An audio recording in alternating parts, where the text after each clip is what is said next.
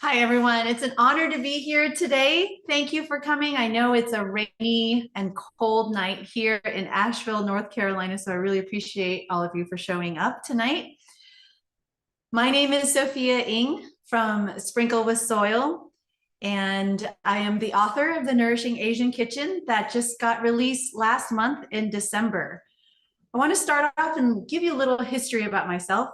First, I never would have, if you were to tell me 5 years ago that I'd be standing here in Asheville at Malaprop's bookstore talking about a book that I published with Chelsea Green Publishing, written by a foreword by Sally Fallon, I would have told you that wasn't ever going to happen. My parents were immigrants. They fled communism in Vietnam in 1975. I have learned to make do with less. It's prepared me for a life of homesteading and a career in growth marketing and tech. I'm a first generation Asian American and a first generation farmer. I was born in Silicon Valley. I did not know how to farm. In fact, I learned how to code before I learned how to cook. And in my culture, you either become an engineer, a doctor, or you marry one. I did neither. I married a West Point Army captain who was deployed to Iraq at the time, much to the dismay of my family. And I realized that I have been a black sheep for most of my life. I climbed the corporate ladder doing growth marketing and tech, and I worked hard to make my parents proud. They came to America with next to nothing in search of the American dream. And so through my years in working in tech, I climbed up close to the top, worked in executive positions. However, in the process, I felt alone and incredibly unhappy and unhealthy running the rat race.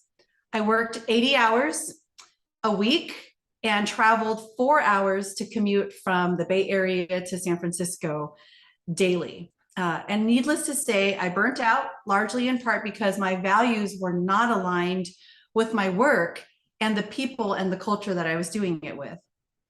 And so when I had my daughter 12 years ago, that's really when I started looking into nourishing food.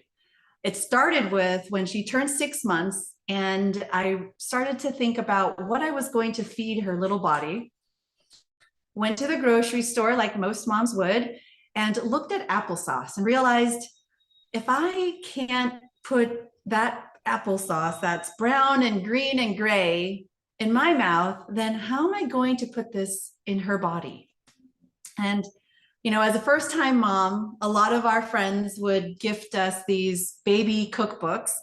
And I had one from William Sonoma. So nothing known for health at all, but it was a great hand-me-down because in this book, it had recipes on how to make applesauce from scratch. And in there, I flipped through many pages, applesauce, pear sauce, plum sauce, and they all said to make sure that I source organic because the child's body is not going to be developed enough to process the toxic chemicals from pesticides and herbicides.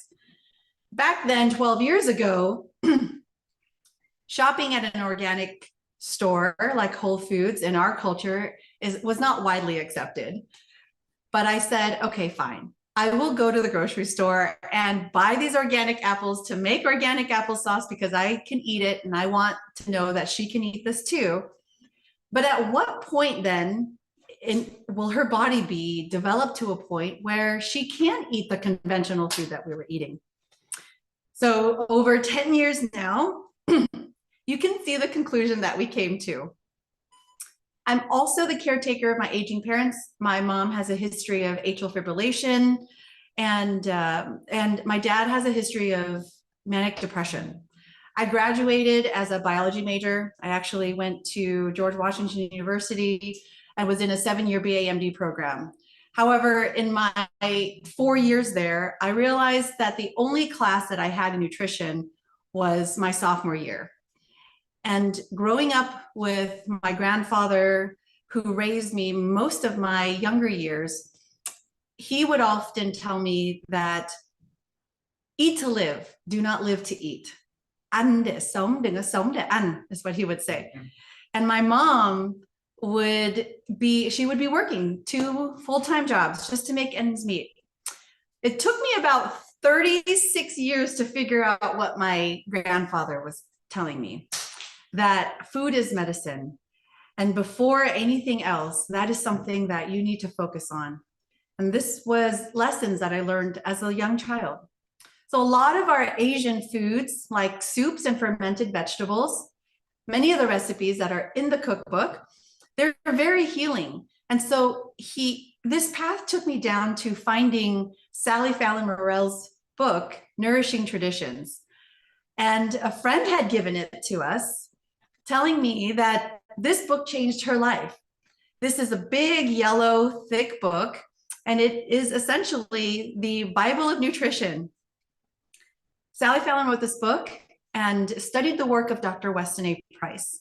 The principles in the book are very simple, but it's very hard to implement in the age of technology and convenience that we're living in.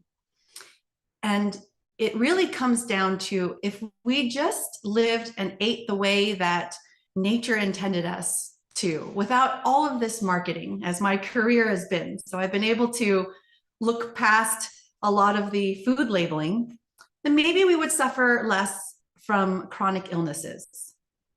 And so I started cooking more nourishing foods for our family from the Nourishing Traditions book.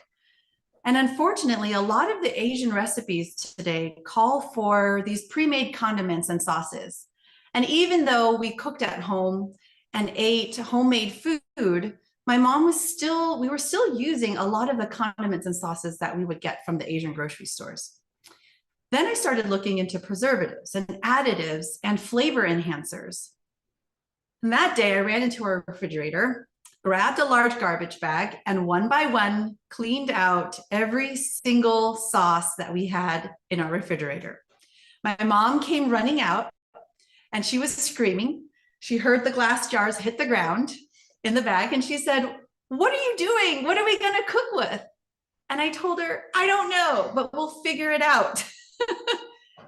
And after a decade of trial testing in the kitchen with her,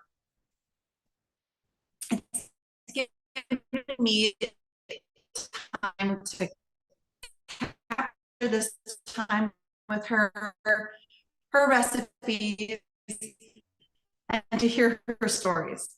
And what started as a family in the book for our children, I'm sharing with the entire world to learn how to cook nourishing Asian food from scratch. I began my homesteading journey when my husband and I saved up enough money to buy our first home in California. We bought a property on a quarter acre, and it's embarrassing now to admit, but before we bought the home, I punched in the zip code of this home onto a food delivery app called Instacart. Has anybody heard of Instacart? Okay, well, I was that extra, and I made sure that at that time, there were 4 Whole Foods that delivered to this house in the zip code within an hour.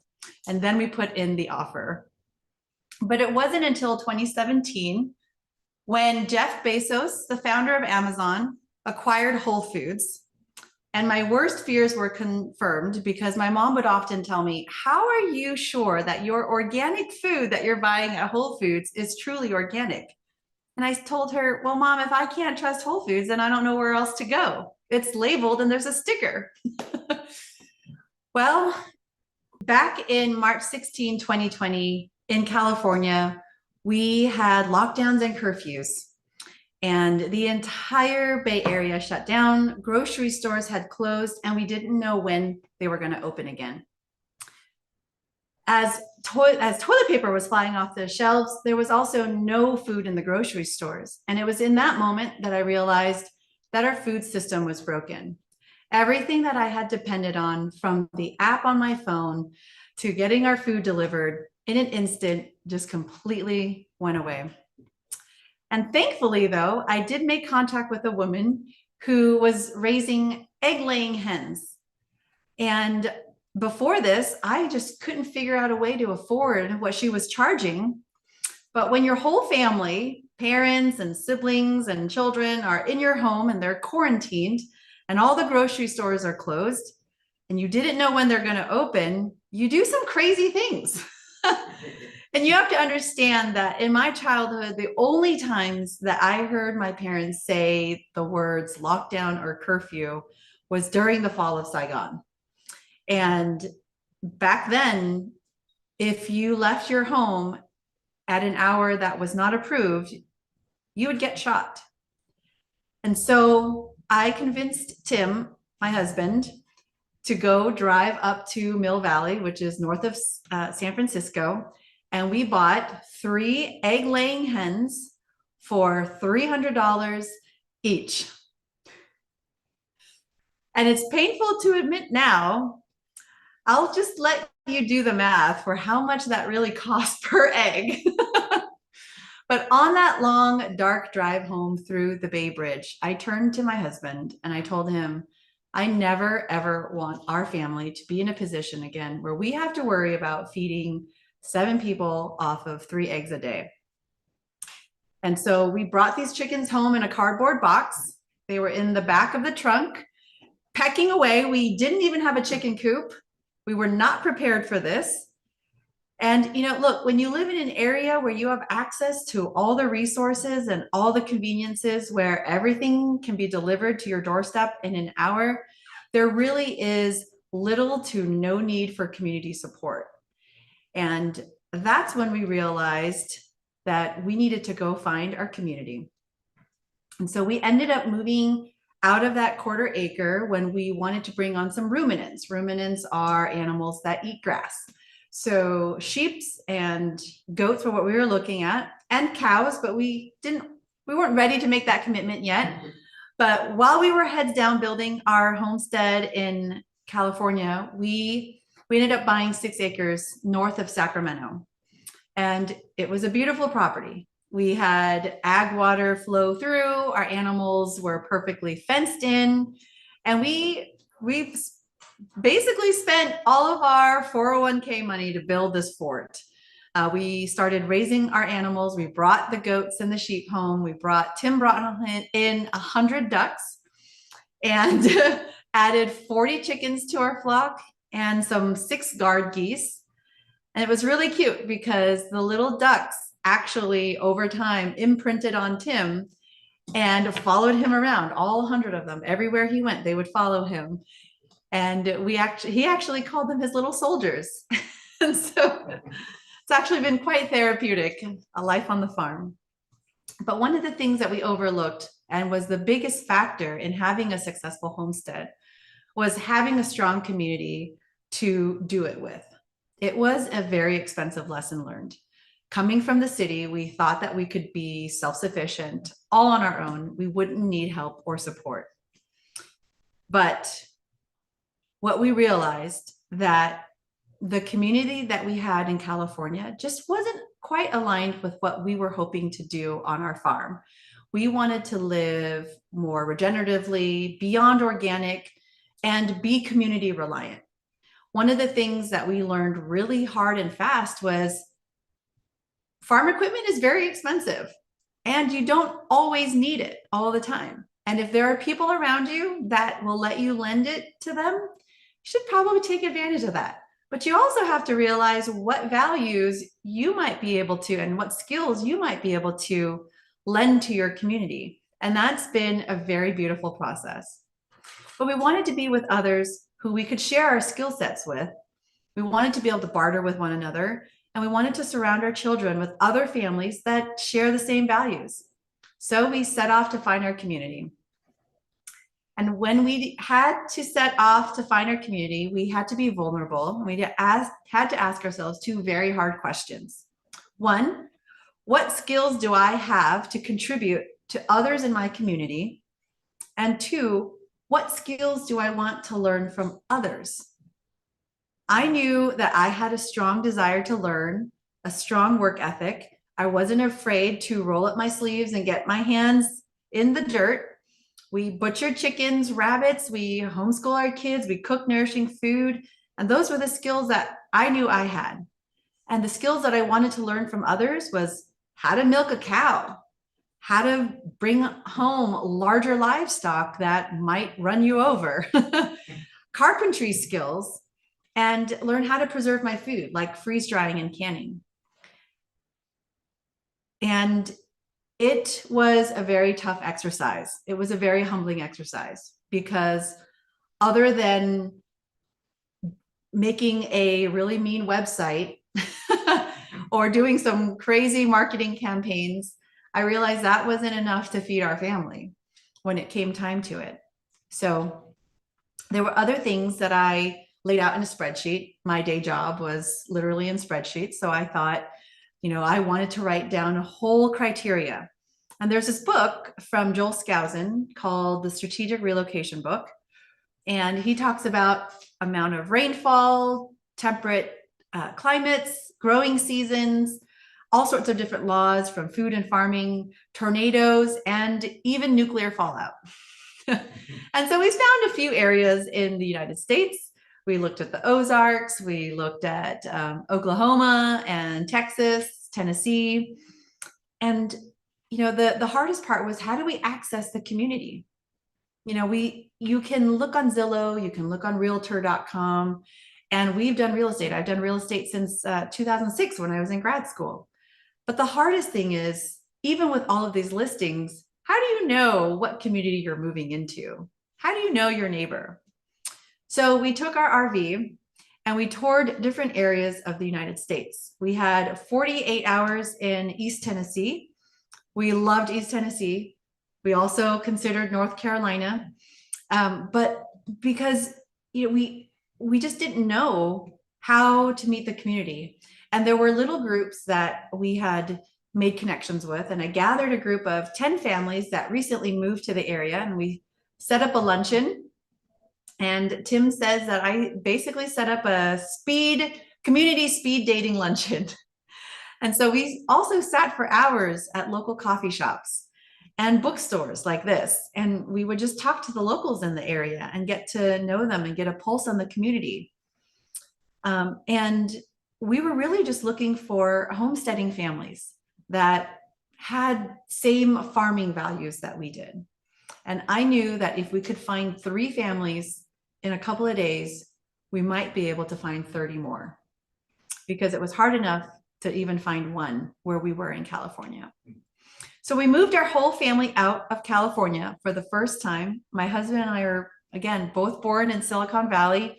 We did go to college on the East Coast, but then we started our careers in California and had a community, what we thought was a strong enough community for us. And for the first time, it was our first time out, both mom and dad only knew California when they came to America in search for the American dream.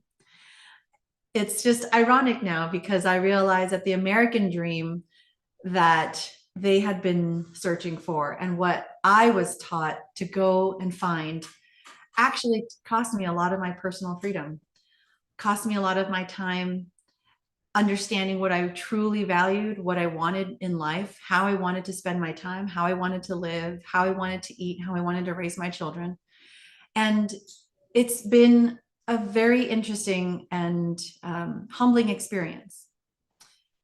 But after we moved out here, the next step was to build relationships within the community. And I applied the 2 questions of what were my skills and what did I want to learn? And so I focused on meeting as many people as possible in the community early in our transition, like the cashier at our local farmers co-op, to the local raw milk lady. And I found out that a lot of these people in my area had a lot of these amazing skills. They were my parents' age. They were ready to adopt me as their daughter, and I was ready to adopt them as my surrogate aunties. I began trading my currency of skills for more skills. I began trading labor for skills, because that's something that everybody needs on the farm. And it's hard for me to spend time on YouTube. And so I thank everyone here that is still staying and hanging on YouTube. But it's just how I learn the best, hands-on training.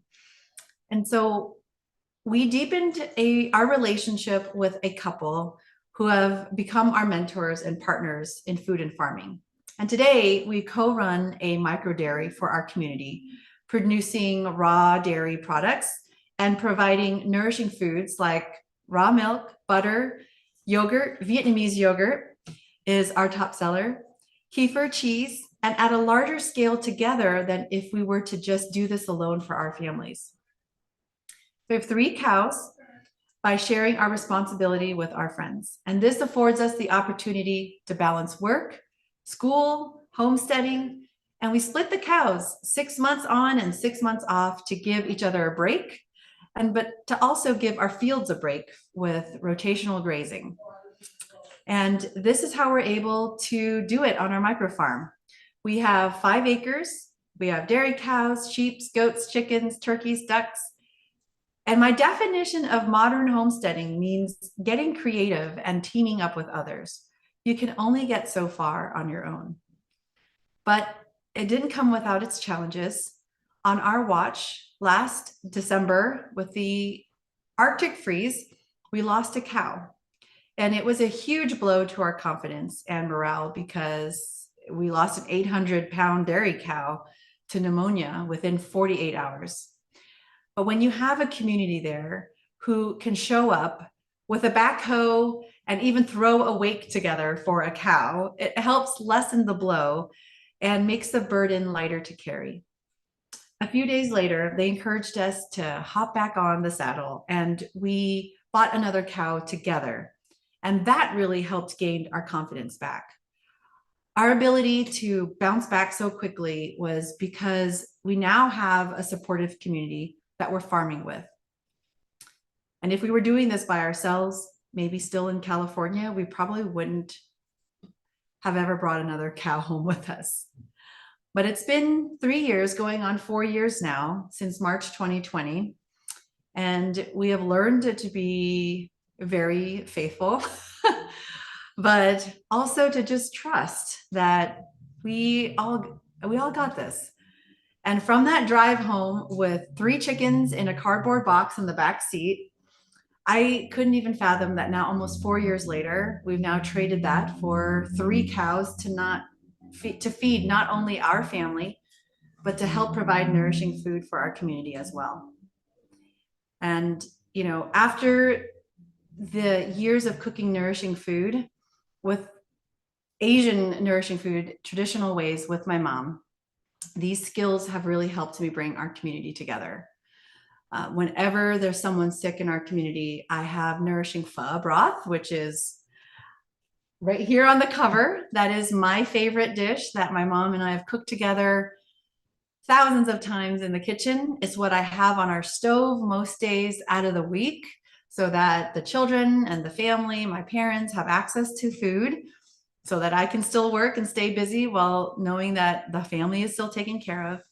But also anybody in our community, if they're feeling sick, if they're feeling unwell, this is something that we love to provide for our community. Nourishing broth. I also make kimchi, right? These things that are now, these foods that are now becoming more mainstream, that we're seeing in Whole Foods now. It is just so fulfilling to be able to cook healing foods for our community when someone is in need, and providing unique products like our Vietnamese yogurt, our Vietnamese pho, and it's breaking bread together. Our community members have loved it. And not only that, we have had our community members bring out our yogurt and our broth to their friends and family across state lines. Now we are at the border of North Carolina and Virginia, but it is just really cool to see that they're bringing it out for their families as well. And so in our culture, we eat from big round tables like dim sum, like at wedding parties, we'll typically eat at round tables together. And as part of this cookbook coming out, I want to help build a bigger table and invite you all to pull up a seat. And in our culture, it's about building that bigger table, not about building a longer table, but a table where we can all come together and share our skills to be equals, no matter where we are on our journey, and to give what we can and take what we need. And so I know what my plate is. which is being able to cook nourishing Asian cuisine. And I am so grateful to be able to come out with this cookbook so that each and every one of you can now cook the same favorite recipes from our family's traditional recipes, Asian dishes, and in your own families. And so if anyone here is interested in having a seat at our table and you want to learn more about that, you can come visit our site at sprinklewithsoil.com. And I am actually launching our pho masterclass to show you how you can cook a very basic and simple nourishing broth for you and your family and for others in your community as well. And so, yeah, I thank you so much for joining us tonight and hearing me talk. And I look forward to hearing all of your stories. Thank you. We have a question. Okay. We have a question from the virtual audience, and the question is from Danny. Oh. Sophia, what does your day look like? Oh, it varies day to day. I could start at 4 a.m. to get up and do work before everybody else in the family does. We typically do chores first thing in the morning when we all get up, and eat breakfast, which is typically our Vietnamese yogurt with granola and some fermented granola and some of our fruit. And then from there, we homeschool at home, and that just takes literally 3 to 4 hours at home. Then it's back to work again for me for the next couple of hours before we prepare dinner, and then we do evening chores. Once the kids are in bed, I'm back at work again. And it varies. You know, today I happen to be in Asheville. I do consulting for my marketing clients, and I have a client actually, shout out to Wild Abundance, where I learned our carpentry skills. I took a 3-day women's basic carpentry training class and have built our own chicken tractor. I've built our own bird houses, and, you know, and so it's just been beautiful, but it really just varies day to day. We still work, my husband and I still work full time. We do a lot of real estate still with clients who are looking to find homesteads. He's the homesteadingrealtor.com. And so we just get a lot of people who are interested in our story, wanting to do what we do. And, you know, it's a closed loop system.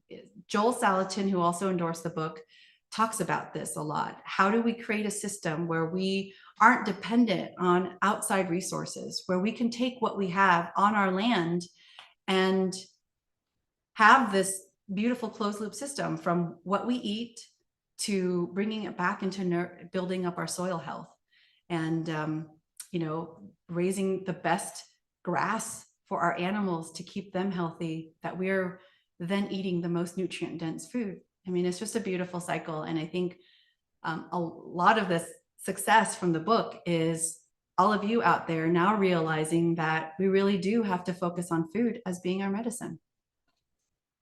Another question, if that's okay. You want to? Well, I've got one too. Go ahead. So, Sophia, can you talk about how you picked the recipes for the book? Because it sounds like you probably had to do some narrowing down. Oh, yes. Yeah. So my mom and I have worked on these recipes together for the last 10 years when we started making the nourishing traditions inspired Asian recipes that we love. These are our family's favorites. This was a passion project of mine that I wanted to write for the children, passed down from grandma. Grandma's now 75 years old. If I waited any longer till the kids are interested in learning how to cook, she'd be 87, right? And so these are our family's favorite recipes. And in fact, when I was writing the book, Chelsea Green would write back to me in the edits and say, can you choose another recipe or choose another word that isn't favorite? Because everything is your favorite in here. And it's true. So I have stories in there. Some of these recipes are Tim's favorite from his time at West Point. Some of them are from my childhood and what the kids love now, what mom loves and what dad loves. But these are the most nourishing. A lot of them are from my postpartum time as well, the broths especially. In our culture, we have what we call like the fourth trimester after childbirth, where we spend that 30 days quarantined at home and just really loading up on all nourishing broth. So I have a whole section on that.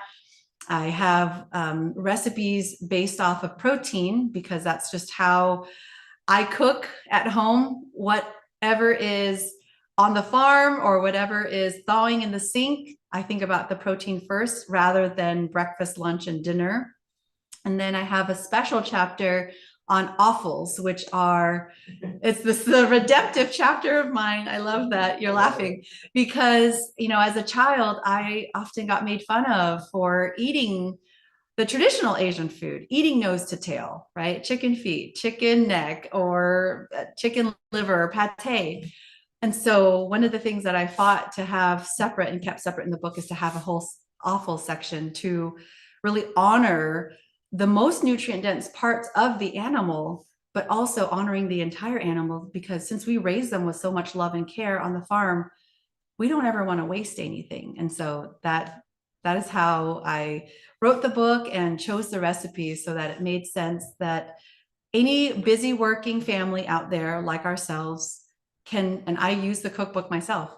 I have one that, you know, I'm flipping into the kitchen and I have one pristine one, but I have one that I'm using in the kitchen because it's just whatever is quick and easy, but also the most nourishing and nutrient dense, focused on health and healing for your family. And that's how I chose the recipes. Question also from Danny is, what do you recommend to someone who's just getting started with homesteading? That's a really good question. So the question is, what would I recommend to someone who's just getting started in homesteading? We get a lot of people who reach out to us because of hearing our story. And the first thing I would say is, aside from getting your finances in order, because homesteading can be quite expensive, the first thing to do is start where you're at.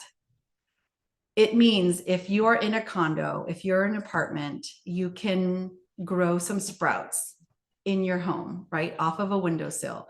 And that's where we started. We had a 1/4 acre and we started growing cilantro and scallion with a little planter box.